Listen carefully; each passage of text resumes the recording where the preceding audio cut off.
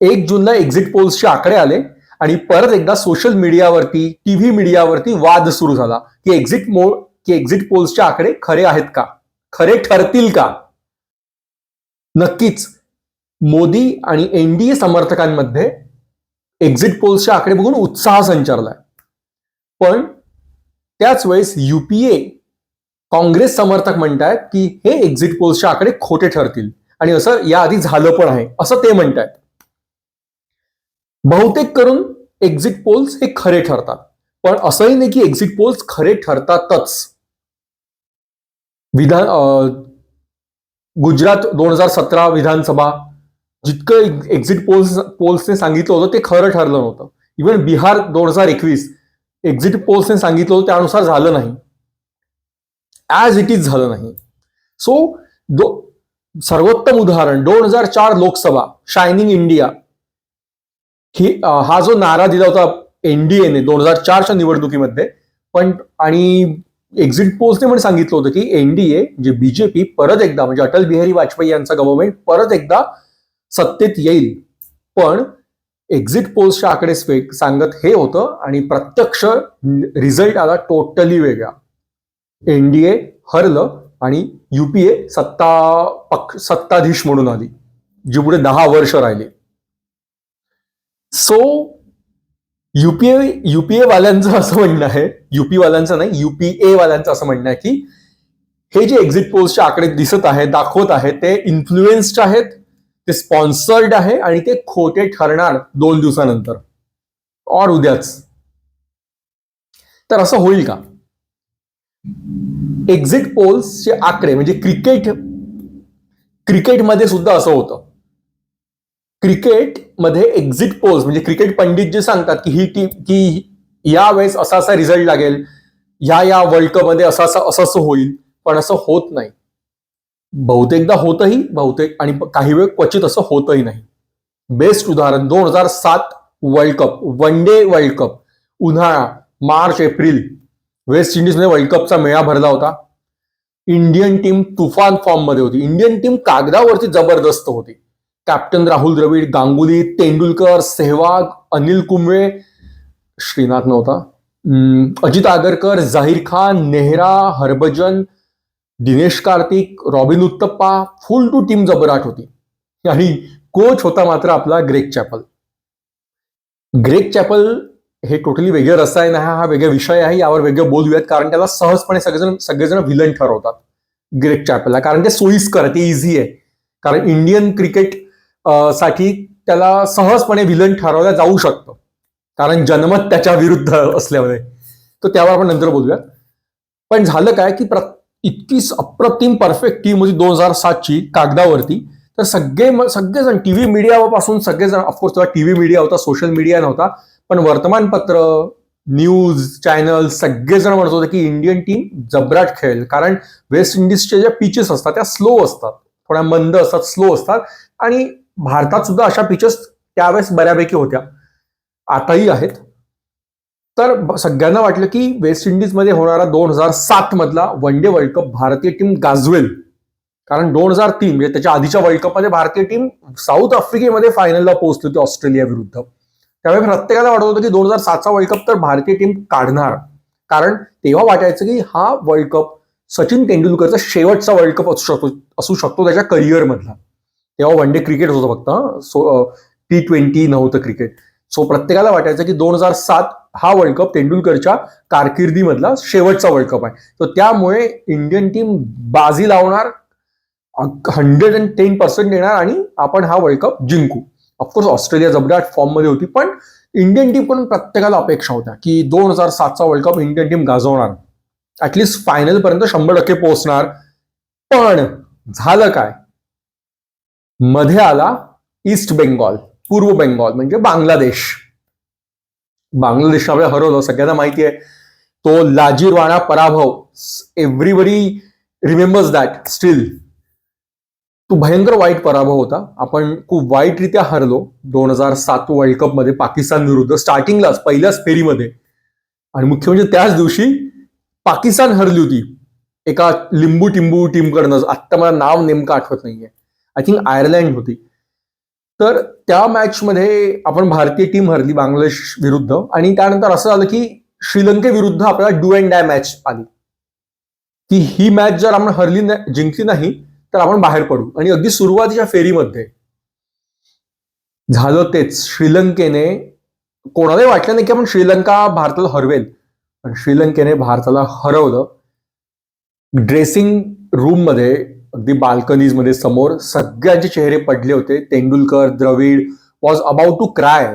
ते दिसत होतं की तेंडुलकर रडला पण होता त्यावेळेस. आय थिंक सगळी टीम वाईट, म्हणजे 2007 वर्ल्ड कपला इतके जबराट सगळ्यांना होप्स होते, सगळ्यांना आशा होत्या की यार काहीतरी करणार, कारण टीम एकदम जबराट होती, खतरनाक टीम होती, फुल सगळे स्टार्स क्रिकेटर्स होते इंडियन टीम मधले 2007 वर्ल्ड कप. पण वाईटरित्या हरली इंडियन टीम. तेही स्टार्टिंगला सुरुवातीच्या 3 ते 4 मॅचेस मध्ये भारतीय टीमने आपला गाजावाजा सगळा बाजूला राहिला आणि आपलं गुंडाळलं, आपलं गाठोडं गुंडाळलं आणि परत आली. सो एक्झिट पोल्सचे आकडे त्यावेळेस खोटे ठरले होते इंडियन टीम बाबत. सगळ्यांना वाटत होतं की इंडियन टीम माहोल करणार, पण डी माहोल झाला आणि मॉरल डाऊन होऊन इंडियन टीम परत आली. सो 2007चा वर्ल्ड कप एक्झिट पोल्सच्या आकड्यानुसार गेला नव्हता. त्यानंतर आला वर्ल्ड कप 2007 मध्येच, 6 महिन्यानंतर, जे पुढे पूर्ण क्रिकेट वर्ल्ड बदललं ज्या वर्ल्ड कपमुळे, तो म्हणजे 2007चा सप्टेंबर महिन्यातला world cup, T20 world cup, पहिला वर्ल्ड कप. 6 महिन्यांपूर्वी झालेलं पानिपत इंडियन टीम मधलं ग्रेग चॅपल, गांगुली यांच्यातला वाद, द्रविड आणि गांगुली यांच्यातला वाद, द्रविड, चॅपल आणि तेंडुलकर यांच्यामधला वाद, कारण त्याला ओपनिंगला जायचं होतं, ओपनिंगला जाऊ दिलं नाही, तो हा सगळा वाद होता. तर सगळी टीम पूर्ण विस्कळीत होती 6 महिन्यांपूर्वीच. मग त्यानंतर 6 महिन्यानंतर आला हा वर्ल्ड कप. गणपतीचा काळ होता, तो सप्टेंबरचा महिना होता, गणपती सगळीकडे बसले होते. आणि अशा वेळेस सगळ्या मोठ्या क्रिकेटर्सनी ठरवलं की गांगुली, द्रविड, तेंडुलकर, की कुंबळे, की आपण खेळणार नाही या T20 वर्ल्ड कप. हे नवीन पिढीचं काम आहे, आपण बाजूला होऊ आणि नवीन पिढीला, तरुणांना पुढे ठेवू. मग झालं, तिथं सगळं जग बदललं. ऍक्च्युली इंडियन क्रिकेट टीम बदलली, तिचं आयुष्य, तिचं भवितव्य बदललं क्रिकेटचं, वर्ल्ड क्रिकेटचं, इंडियन क्रिकेटचं या 2007 वर्ल्ड कप मधनं. कारण तेंडुलकर, द्रविड, गांगुली यांचे निर्णय जे होते की आम्ही खेळणार नाही, त्याने पूर्ण अख्खच गोष्टी, समीकरण बदलल्यात. कारण महेंद्रसिंग धोनी कॅप्टन झाला 2007 वर्ल्ड कप मध्ये, त्या T20 वर्ल्ड कप मध्ये पहिल्यांदा, जेव्हा अपेक्षा होती की सेहवाग होऊ शकतो किंवा युवराज सिंग कॅप्टन होऊ शकतो. पण सचिन तेंडुलकरने शिफारस केली निवड समितीकडे आणि जे आपले निवड समितीकडे, सिलेक्टर्सकडे, की कॅप्टन बनवा धोनीला, कारण तो खूप चांगला मॅनेजर आहे, सगळ्यांचा संवाद चांगला आहे. झालं, कॅप्टन धोनी बनला. 2007चा वर्ल्ड कप भारताने जिंकला. त्याच्या आधीची स्टोरी काय होती तर एक्झिट पोल्समध्ये कोणालाही अपेक्षा नव्हती की इंडियन टीम जिंकेल, कारण T20 क्रिकेट हे मुळात पहिल्यांदा नवीन होतं. असं काही कोणी बघितलं नव्हतं इंडियन टीम. त्याच्या आधी ऑफकोर्स 4-1 महिन्यांपूर्वी ICL सुरू होती झी टीव्हीवरती ICL सुरू होती. हा टोटली वेगळा विषय आहे आणि मला फार आवडीचा विषय आहे हा ICL. IPLचा जन्म का झाला त्याचं मागचं कारण आहे ICL. 2007च्या स्टार्टिंगचा उन्हाळ्याच हा पिरियड होता जेव्हा ICL सुरू झालं. कपिल देव त्याचा काहीतरी प्रेसिडेंट की काहीतरी एक मोठी पोस्ट होती कपिल देवची, आणि तिथनं सगळा वाद झाला भयंकर. तो मस्त वेगळा विषय, इंटरेस्टिंग. आणि मग IPLचा जन्म झाला. सो 2000 आपण थोडं म्हणजे अगदी स्टार्टिंगला T20 क्रिकेट काही लोकांनी बघितलं होतं, काही उत्साही लोकांनी, पण T20 क्रिकेट असतं काय एक्झॅक्टली हे अख्ख्या देशाला तरी 90% लोकांना माहित नव्हतं. सो वर्ल्ड कप सुरू झाला. कोणालाही अपेक्षा नव्हती की इंडियन टीम जिंकेल. अरे स्टार्सच नाही, तेंडुलकर नाहीये, द्रविड नाहीये, गांगुली नाहीये, इतर मोठे क्रिकेटर्स नाहीयेत. असे हे नसताना ही छोटी टीम, म्हणजे जरी मोठे क्रिकेटर्स होते पण त्यांचं नाव तोड नव्हतं. हे काय जिंकतील. आणि बाकी न्यूझीलंड आणि इंग्लंडमध्ये T20 क्रिकेट सुरू झालं होतं. हे महत्वाची गोष्ट आहे की त्यांच्यामध्ये T20 हे न्यूझीलंडमध्ये ऑलरेडी सुरू झालं होतं. तर ते प्लेयर्स खेळत होते प्रॉपर क्रिकेट. वेस्ट इंडिजमध्ये सुरू होतं क्रिकेट, ऑस्ट्रेलिया T20 मध्ये आय थिंक जस्ट सुरुवात त्यांनी केली, त्यांनी लेट सुरुवात केली, ऑस्ट्रेलियाने फार उशिरा सुरू केलं. पण न्यूझीलंड मात्र आणि वेस्ट इंडिज मात्र आधीपासूनच T20 क्रिकेट खेळायला लागले होते, 1-1.5 वर्षांच्या आधीपासून. त्यामुळे कोणालाही अपेक्षा होती भारतीय टीम करणं. एक्झिट पोलचं म्हणणं होतं की क्रिकेट पंडितांनी काय एक्झिट पोल्स दिले होते आकडे, की भारतीय टीम कोणाला अपेक्षाच ठेवू नका, तिच्याकडून काही अपेक्षा नाहीये, जे करेल ते करेल. झालं काय? रुद्र प्रताप सिंग, युवराज सिंग 6 सिक्सर्स, सेहवाग, गंभीर ओपनिंगला असायचे दोघं जण. या दोघांनी माहोल केला, हरभजनने माहोल केला. आपला तो जो बॉलर नेमका आठवणे, हरियाणाचा शेवटचा, पाकिस्तानचा फायनलमध्ये शेवटचा ओव्हर टाकणारा, नेमकं नाव आठवत नाहीये, पण जो आता हरियाणामध्ये पोलीसच्या एका मोठ्या पदावर आहे, पोलीस विभागामध्ये, त्यात तो, ह्या सगळ्यांनी आउट ऑफ द ब्ल्यू आश्चर्यचकित केलं आणि चमत्कार घडला. श्रीशांतने कॅच पकडला आणि इंडियन टीम जिंकली, वर्ल्ड कप जिंकली. 6 महिन्यापूर्वी एक्झिट पोल्सने सांगितलं होतं की भारतीय टीम जबऱ्यात परफॉर्म करेल, पण पानिपत झालं, टीम विस्कळीत झाली, टीम वाईटरित्या हरली आणि एक्झिट पोल्सचे आकडे परत खोटे ठरले, हा पॉइंट आहे. आणि 6 महिन्यानंतरच एक्झिट पोल्सच्या आकड्यांनी सांगितलं की हे वाईटरित्या हरणार आहेत, कोणाला अपेक्षा नाहीये या टीमकडनं, T20 टीमकडनं. सप्टेंबर महिना, 6 महिन्यानंतर झालेला वर्ल्ड कप, कोणाला अपेक्षा नाहीये. काय झालं? आकडे खोटे ठरले आणि टीमने वर्ल्ड कप आणला. सो पॉइंट हा आहे, हा मिश्किल पॉइंट आहे, हे काही सिरियस स्टेटमेंट नाहीये किंवा कुठल्याही प्रकारे कुठलं मत मांडण्याचा मुळीच हा काय विषय, हा व्हिडिओ नाहीये. हा जस्ट एक मिस्चिवस व्हिडिओ सुचला म्हणून करतोय की ज्या प्रकारे दोन्ही एकाच वर्षामध्ये 2 वर्ल्ड कप झाले 2007 मध्ये, आणि दोन्ही वेळेस जे एक्झिट पोल्सने आकडे सुचवले होते, दिले होते क्रिकेट पंडितांचे आकडे, ते आकडे सपशेल खोटे ठरले. सो असं होतं क्रिकेटमध्ये तरी. सो असं काहीच होईल का 4 जूनला परवा? हा टोटली हे मिश्किल वाक्य आहे, सो याला सिरियसली घेऊ नका.